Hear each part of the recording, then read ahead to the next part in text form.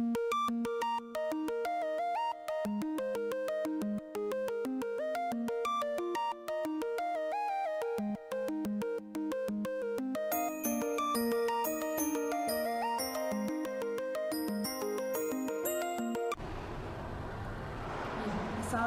warahmatullahi wabarakatuh. Nama saya Rosi Evangelista Dewi dari Fakultas Ilmu Pendidikan Universitas Negeri Malang, jurusan Bimbingan dan Konseling Offering A 2012. Ya, di sini saya akan menjelaskan materi saya, yaitu berkenaan dengan layanan evaluasi dan supervisi bimbingan dan konseling. Yang dimaksud layanan evaluasi bimbingan dan konseling di sini yaitu satuan pendidikan yang merupakan pelayanan yang ditujukan untuk peserta didik untuk mengetahui perkembangan bakat, minat, untuk mencapai aspek pribadi, sosial, belajar, dan karir.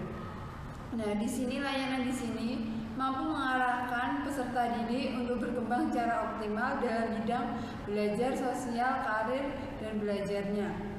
Di sini peserta didik melalui kegiatan itu harus berdasarkan jenis layanan kegiatan yang mendukung, berdasarkan norma-norma yang berlaku melalui proses pembelajaran. Di sini ada 10 layanan bimbingan dan konseling. Yang pertama yaitu layanan orientasi. Di sini layanan orientasi yaitu layanan di mana konselor memberikan materi untuk penyesuaian diri saat siswa tersebut sedang memasuki masa sekolah baru, yaitu atau masa orientasi sekolah. Yang kedua yaitu di sini layanan informasi, yaitu layanan bimbingan yang konseling yang membantu peserta didik untuk memberikan informasi yang memadai berkenaan dengan prestasi belajar ataupun kegiatan yang menunjang untuk belajarnya di sekolah. Yang ketiga adalah layanan penempatan dan penyaluran. Di sini konselor memfasilitasi konseling sesuai dengan bakat dan minat yang dimilikinya melalui ekstrakurikuler yang ada di sekolah. Yang keempat yaitu penguasaan konten, yaitu di sini membantu peserta didik untuk menguasai kompetensi yang dimiliki oleh siswa, terutama kompetensi kebiasaan dan melakukan atau berbuat mengerjakan sesuatu yang berguna di kehidupan sekolahnya. Yang kelima yaitu layanan konseling perorangan atau layanan konseling individual. Di sini yaitu konselor memberikan pelayanan konseling individu kepada salah seorang siswa yang dianggap mempunyai masalah terhadap pribadi, belajar, sosial, dan karirnya. Yang selanjutnya yaitu layanan bimbingan kelompok. Di sini layanan bimbingan kelompok dilakukan konselor antara 4 sampai 5 orang anak yang menjadi yang dikonselingi dalam dinamika kelompok. Yang ketujuh yaitu layanan konseling kelompok. Di sini layanan bimbingan dan konseling yang membantu peserta didik dalam pembahasan dan pengentasan masalah yang dialami sesuai dengan tuntutan dan karakter yang cerdas yang terpuji melalui dinamika kelompok juga. Yang kedelapan yaitu layanan konsultasi. Di sini bimbingan dan konseling membantu peserta didik atau pihak lain dalam memperoleh wawasan, pemahaman, dan cara-cara atau pengakuan yang perlu dilaksanakan kepada pihak yang sesuai untuk tuntutan karakter yang terpenuhinya. Yang kesembilan adalah layanan mediasi. Layanan yang membantu peserta didik menyelesaikan permasalahan, memperbaiki hubungan kepada pihak lain.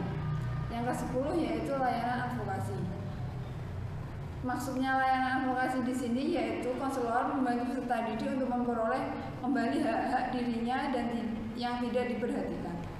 Selain itu ada 6 layanan kegiatan pendukung, di antara layanan instrumentasi, himpunan data, konferensi kasus, kunjungan rumah, dan tampilan kepustakaan. Ya, di sini layanan bimbingan dan konseling diselenggarakan dengan berbagai format, yaitu dengan konseling individual, konseling kelompok, konseling klasikan, lapangan, dan pendekatan khusus atau kolaboratif. Ya, materi selanjutnya saya akan menjelaskan mengenai evaluasi layanan bimbingan dan konseling. Maksudnya di sini adalah suatu usaha atau cara yang mendapatkan berbagai informasi secara berkala, berkesinambungan, dan menyeluruh tentang proses dan hasil dari perkembangan siswa dan perilaku, juga tugas-tugas perkembangan siswa melalui kegiatan yang telah dilaksanakan.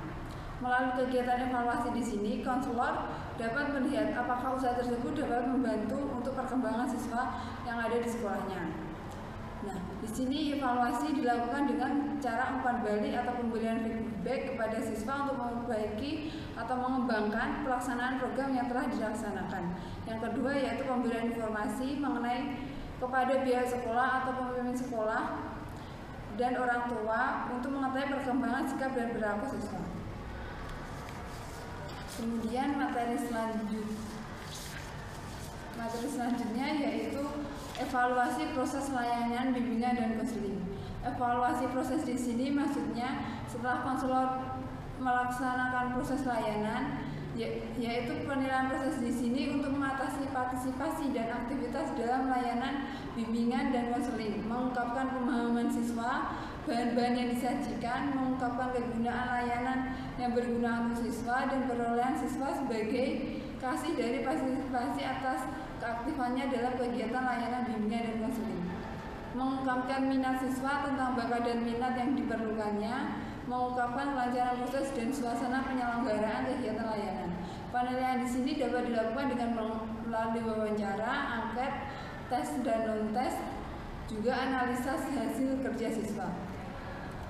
Penilaian proses kegiatan di sini dapat diketahui melalui analisis dan unsur-unsur yang tercantum dalam RPP atau satuan layanan. Yang materi yang terakhir yaitu evaluasi hasil layanan.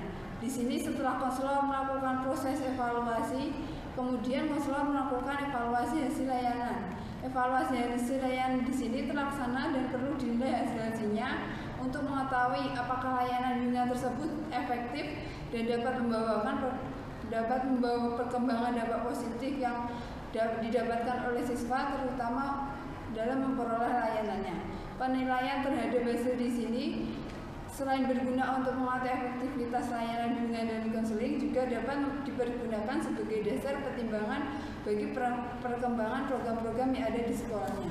Di sini penilaian layanan kegiatan ada 3. Yang pertama yaitu layanan laisek atau layanan segera, yaitu penilaian yang dilakukan konselor setelah konselor melaksanakan kegiatan klasikal di kelasnya. Yang kedua yaitu layanan laijapen atau layanan jangka pendek, yaitu konselor di sini melakukan penilaian setelah selang 1 minggu atau 1 bulan setelah layanan kegiatan itu dilaksanakan. Yang ketiga yaitu laijapen atau layanan jangka panjang. Konselor di sini mempunyai waktu 1 semester atau 1 tahun untuk mengetahui perkembangan siswa dan sikap perilaku yang setelah diberikan layanan. Ya, sekian materi yang saya sampaikan. Ada kurang lebihnya saya mohon maaf. Wassalamualaikum warahmatullahi wabarakatuh.